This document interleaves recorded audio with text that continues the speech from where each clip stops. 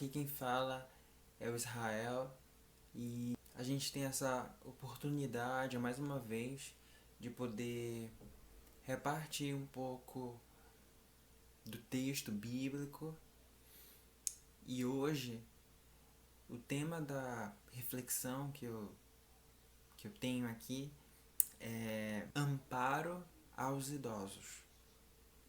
E por meio dessa breve mensagem, eu gostaria de encorajar você e eu também, para que a gente sirva, para que a gente cuide, dê atenção a esse grupo, a terceira idade. O nosso texto base se encontra no Salmo de número 71. No Salmo em questão, há duas coisas que se destacam. O autor desse poema é um idoso. E segundo, esse autor, esse escritor, se encontra em uma situação de perigo. Ele se encontra em apuros. Por que ele se encontra em apuros? Porque há ameaças contra a sua vida. Há pessoas que procuram se aproveitar da sua condição para causar mal a ele. Eu separei duas porções do Salmo 71 para a gente ler junto, e essas duas porções vão sustentar e confirmar essas duas características que eu acabei de repartir com vocês. Os versos 5 e 6 dizem o seguinte: Pois tu és a minha esperança, ó soberano Senhor. Em ti está a minha confiança desde a juventude. Desde o ventre materno dependo de ti. Tu me sustentaste desde as entranhas de minha mãe. Eu sempre te louvarei. Aqui há indícios de que o autor é uma pessoa de idade avançada.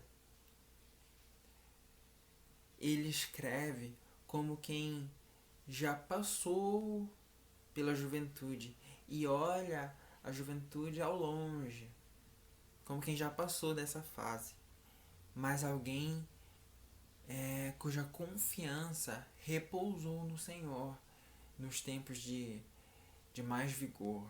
Nos versos de 9 a 12, o texto nos diz: Não me rejeites na minha velhice, não me abandones quando se vão as minhas forças, pois os meus inimigos me caluniam, os que estão à espera juntam-se e planejam matar-me. Deus o abandonou, dizem eles. Persigam-no e prendam-no, pois ninguém o livrará. Não fiques longe de mim, ó Deus, ó meu Deus, apressa-te em ajudar-me. Aqui já fica muito claro que se trata de um ancião em perigo. No início do verso 9, ele diz claramente para que o Senhor não o rejeite na sua velhice. E logo em seguida ele indica que há pessoas tentando mal contra ele por conta da sua pouca força, por conta das suas limitações inerentes a esse período da vida. Há quem diga ser este texto de autoria davídica, datando do período no qual Davi é ameaçado pelo próprio filho, Absalão. Qualquer que seja a autoria, há um perigo inegável rodeando o autor, já em idade avançada e possuidor de uma confiança e esperança em Deus admirável. Esse salmo, quando eu me deparo com esse texto, eu não posso deixar de pensar nos idosos nossos que estão conosco hoje, na nossa casa, na nossa vizinhança, os nossos avós, os nossos pais. Eu não posso deixar de pensar nessas pessoas e pensar no cuidado especial que demandam e também pensar nas ameaças que podem vir a afligi-los. Ameaças essas provocadas por diversos personagens. Eu tenho testemunhado, é uma alegria para mim poder olhar para pessoas na igreja onde eu congrego, pensar em famílias de amigos e ver tantos exemplos de filhos, de netos que se debruçam em cuidar, em ouvir, se debruçam e demonstram tanto afeto, tanto carinho, se esforçam tanto para atender esses seus velhinhos. Na minha família mesmo, há alguns anos atrás eu pude ser testemunha, no tempo em que o meu avô ainda estava conosco, eu pude testemunhar minha mãe, minhas tias e tios se revezando em um momento no qual a saúde do meu avô estava tão frágil. Eu pude testemunhar esse cuidado. Na primeira carta de Paulo a Timóteo, no capítulo 5, nos versos de 1 a 4, há uma conduta no que diz respeito ao cuidado com as pessoas idosas daquela época, daquela comunidade, mas que serve e vale para nós ainda hoje. E deve ser uma conduta válida para nossa casa, para nossa família, mas também para os ambientes extrafamiliares. O texto diz o seguinte: a recomendação é: não repreenda asperamente ao homem idoso, mas exorte-o como se ele fosse seu pai. Trate os jovens como a irmãos, as mulheres idosas como a mães, e as moças como a irmãs, com toda a pureza. Trate adequadamente as viúvas que são realmente necessitadas. Mas se uma viúva tem filhos ou netos, que estes aprendam primeiramente a colocar a sua religião em prática, cuidando de sua própria família e retribuindo o bem recebido de seus pais e avós, pois isso agrada a Deus. O texto, dentre outras coisas, chama netos, filhos a cuidar, servir, acudir os seus idosos, né? Porque isso agrada a Deus. Ontem eu tive a tristeza de ouvir de ler, na verdade, um relato de uma médica plantonista, se não me falha a memória, em um hospital de campanha aqui no Brasil. No texto escrito por essa médica no Instagram, ela conta com tristeza sobre 2 pacientes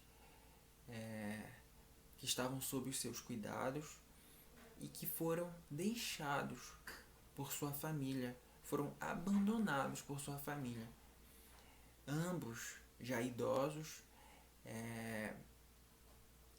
após receber alta, não puderam deixar o hospital de campanha porque a família simplesmente recusou vir buscá-los. Infelizmente eu não precisei ir muito longe para encontrar esse triste exemplo.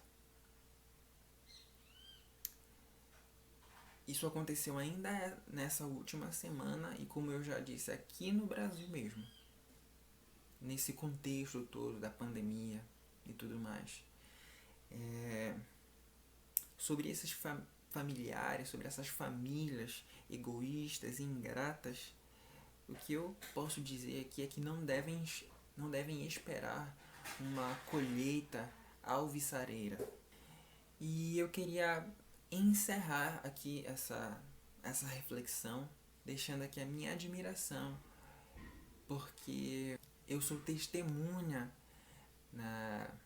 eu posso citar aqui a igreja onde eu sirvo, e eu posso lembrar de tantos casos. Eu posso lembrar dos pais da irmã Elsa, por exemplo, que receberam sempre tanto cuidado dos filhos da irmã Elsa, de forma especial, que recebeu na sua casa, né, os pais e cuidou deles por tanto tempo. Eu posso pensar aqui na irmã Ana, cuidando da sua mãe em casa. Eu posso pensar aqui na irmã Márcia, sempre junto da sua mãe, da irmã Santana. Eu consigo lembrar dos nossos queridos, o seu Carmona, a irmã Lourdes, sempre muito bem cuidados pelos filhos. Eu posso olhar para os pais do Sérgio. São muitos exemplos. A irmã Raimunda, sendo cuidada pelas filhas. Enfim, são muitos exemplos de pessoas pertinho, né, que eu olho e que são alvo da minha admiração por conta do cuidado com os seus. E o meu encorajamento é para que todos nós que a gente siga amando, que a gente siga servindo, cuidando, acudindo, ouvindo, porque eles gostam de atenção, de serem ouvidos, de contar suas histórias. Que a gente siga servindo os nossos velhinhos. E se porventura algum mal, alguma ameaça se pôr diante deles, que nós sejamos o auxílio, o socorro, o amparo e não os algozes. Eu peço desculpas, eu não pude mencionar todos. Eu sei que certamente há muitos outros exemplos na nossa igreja que eu deixei escapar, mas você que é neto, você que é filho, que não foi mencionado aqui por mim, mas que tem procurado cuidar, tem procurado servir, que você saiba que também é alvo da minha admiração aqui. Que Deus nos abençoe, que Deus nos ajude, que nós sejamos bênção para os nossos.